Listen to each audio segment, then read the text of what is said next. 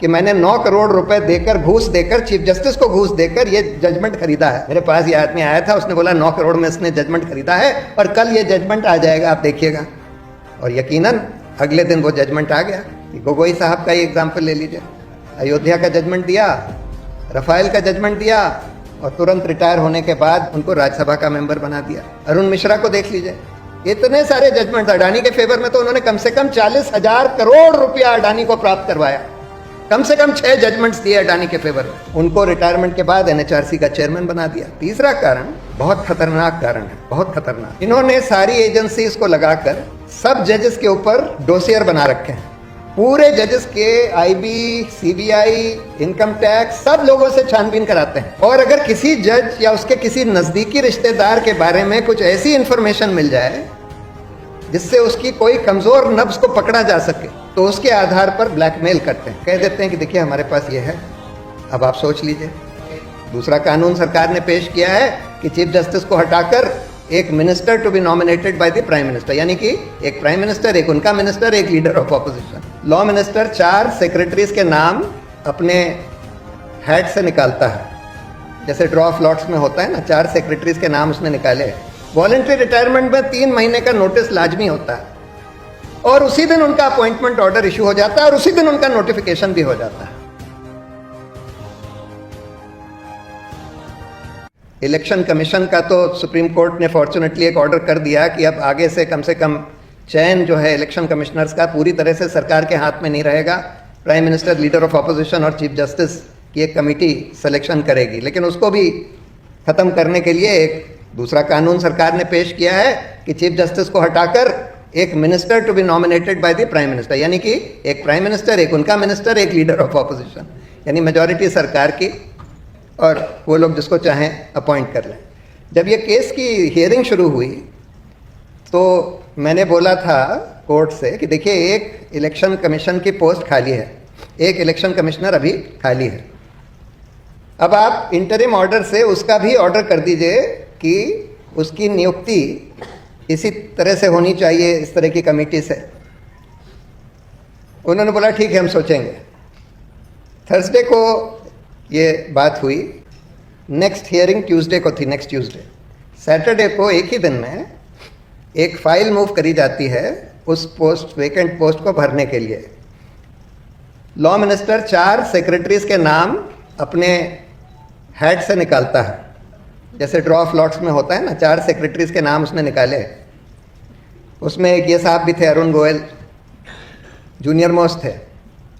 उसी दिन वो फाइल प्राइम मिनिस्टर के पास भेजी जाती है। वो कहते हैं अरुण गोयल का हम सिलेक्शन करते हैं।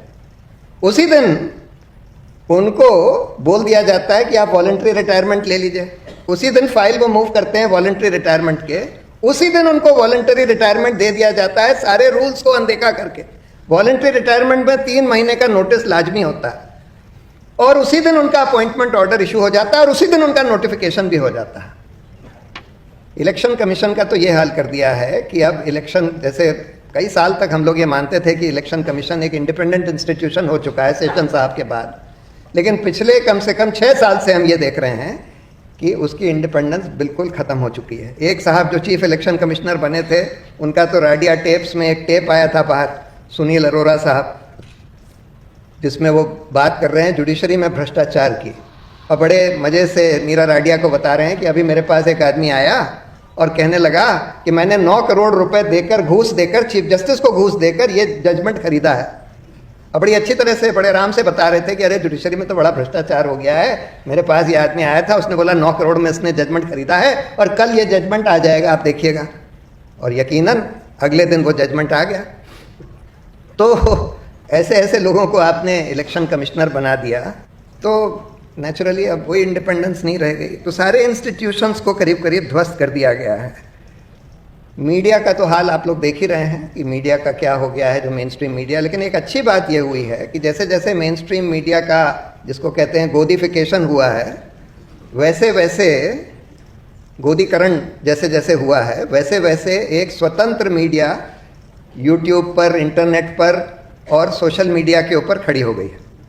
और ये इंडिपेंडेंट मीडिया में धीरे धीरे करके, जैसे जैसे अच्छे अच्छे जर्नलिस्ट मेन स्ट्रीम मीडिया जिनका गोदीकरण हो चुका था, उनसे फ्रस्ट्रेट होते जा रहे हैं, वो अच्छे जर्नलिस्ट वहाँ से धीरे धीरे निकलकर अपना इंडिपेंडेंट मीडिया खड़ा कर रहे हैं। और मेरा मानना ये है कि आज इस इंडिपेंडेंट मीडिया का जो इन्फ्लुएंस है ये गोदी मीडिया से ज़्यादा है, और इसीलिए ये सरकार बहुत इस स्वतंत्र मीडिया से घबराई हुई है।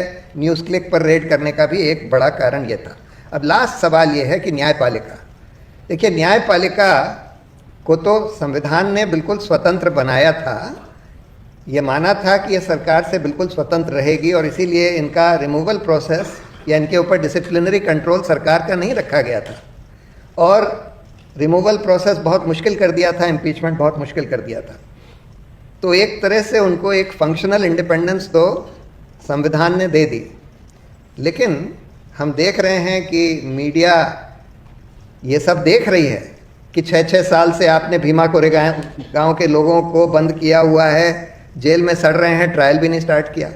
दिल्ली राइट्स के लोगों के खिलाफ बिल्कुल बोगस चार्जेस बनाकर, मतलब ये अपना जो उमर खालिद है उसकी तो सारी स्पीचेस रिकॉर्डेड हैं, और सारी स्पीच कुछ भी देख लीजिए, कुछ भी ऐसा उसमें आपत्तिजनक नहीं है, फिर भी उसको इतने साल से जेल में रखा हुआ है, 3 साल से ज़्यादा हो गए, और बेल नहीं दी। ट्रायल तो खैर शुरू होने का नाम ही नहीं ले रहा। ये क्यों होने दे रही है जुडिशरी, क्या हो गया? देखिए इसके 3 बड़े कारण हैं कि न्यायपालिका की इंडिपेंडेंस क्यों काफ़ी हद तक ध्वस्त हो गई। अभी तो खैर वर्तमान समय में थोड़ा सा इम्प्रूवमेंट है, पहले से थोड़ा इम्प्रूवमेंट है, लेकिन फिर भी अगर हम पिछले 6-7 साल में देखें तो क्या हुआ, ऐसा क्या हुआ, क्यों हुआ? एक कारण तो यह है जिसको हम कहते हैं कि the lure of post retirement jobs, जिसके बारे में अरुण जेटली ने भी बोला था कि post retirement jobs influence pre retirement judgements. Gogoi साहब का ही एग्जाम्पल ले लीजिए, अयोध्या का जजमेंट दिया, रफाइल का जजमेंट दिया, और तुरंत रिटायर होने के बाद मतलब 2-3 महीने के अंदर ही उनको राज्यसभा का मेंबर बना दिया। अरुण मिश्रा को देख लीजिए, इतने सारे जजमेंट्स अडानी के फेवर में, तो उन्होंने कम से कम 40,000 करोड़ रुपया अडानी को प्राप्त करवाया, कम से कम 6 जजमेंट्स दिए अडानी के फेवर में, और उनको रिटायरमेंट के बाद एनएचआरसी का चेयरमैन बना दिया। एक और थे साहब, उनको गवर्नर बना दिया, एक पहले थे साहब, उनको भी गवर्नर बना दिया। तो एक तो ये प्रॉब्लम है। दूसरी प्रॉब्लम है कि देखिए जजों का चयन, हाई कोर्ट और सुप्रीम कोर्ट के जजों का चयन जो है, अब सुप्रीम कोर्ट ने ही एक जजमेंट से अपने हाथ में ले लिया और बोल दिया कि सुप्रीम कोर्ट के 5 जजेस का कोलिजियम तय करेगा, सीनियर जजेस का। लेकिन वो तय भी कर देते हैं तो सरकार नियुक्ति ही नहीं करती। अगर उनको लगता है कि भाई ये आदमी तो स्वतंत्र होगा, हमारी बात नहीं मानेगा, तो उसका वो नोटिफिकेशन ही नहीं इशू करते। हम लोगों का एक केस चल रहा है सुप्रीम कोर्ट में जिसमें कि 50 लोग ऐसे हैं जिनका कोलिजियम ने रेकमेंड किया और सरकार ने उनकी नियुक्ति नहीं करी, सालों साल उस पर बैठे रहे। फिर कानून ये कहता है कि सरकार के पास एक ऑप्शन है कि वो एक बार रिकमेंडेशन को वापस कर दें, उसके बाद अगर यूनानिमसली कोलिजियम रिटरेट करता है तो सरकार को अपॉइंट करना पड़ेगा। हम देख रहे हैं कि कोलिजियम कम से कम ऐसे 17 केसेस ऐसे हो चुके हैं हाल में कि कोलिजियम ने यूनानिमसली रिटरेट किया और फिर भी सरकार ने नोटिफिकेशन इशू नहीं किया, नियुक्ति नहीं करी। तो इंडिपेंडेंट जजेस का अपॉइंटमेंट ही नहीं होने देते। जस्टिस मुरलीधर के केस में भी यही हुआ। तो दूसरा कारण यह है। तीसरा कारण बहुत खतरनाक कारण है, बहुत खतरनाक। इन्होंने सारी एजेंसीज को लगाकर सब जजेस के ऊपर डोसियर बना रखे हैं। पूरे जजेस के आईबी, सीबीआई, इनकम टैक्स सब लोगों से छानबीन कराते हैं। और अगर किसी जज या उसके किसी नज़दीकी रिश्तेदार के बारे में कुछ ऐसी इंफॉर्मेशन मिल जाए जिससे उसकी कोई कमज़ोर नब्ज को पकड़ा जा सके तो उसके आधार पर ब्लैकमेल करते हैं और कह देते हैं कि देखिए हमारे पास ये है, अब आप सोच लीजिए। और ये एक नया तरीका इस सरकार ने अख्तियार किया है न्यायपालिका को अपने कब्जे में करने का, और इस वजह से आज ये बहुत बड़ी प्रॉब्लम खड़ी हो गई है।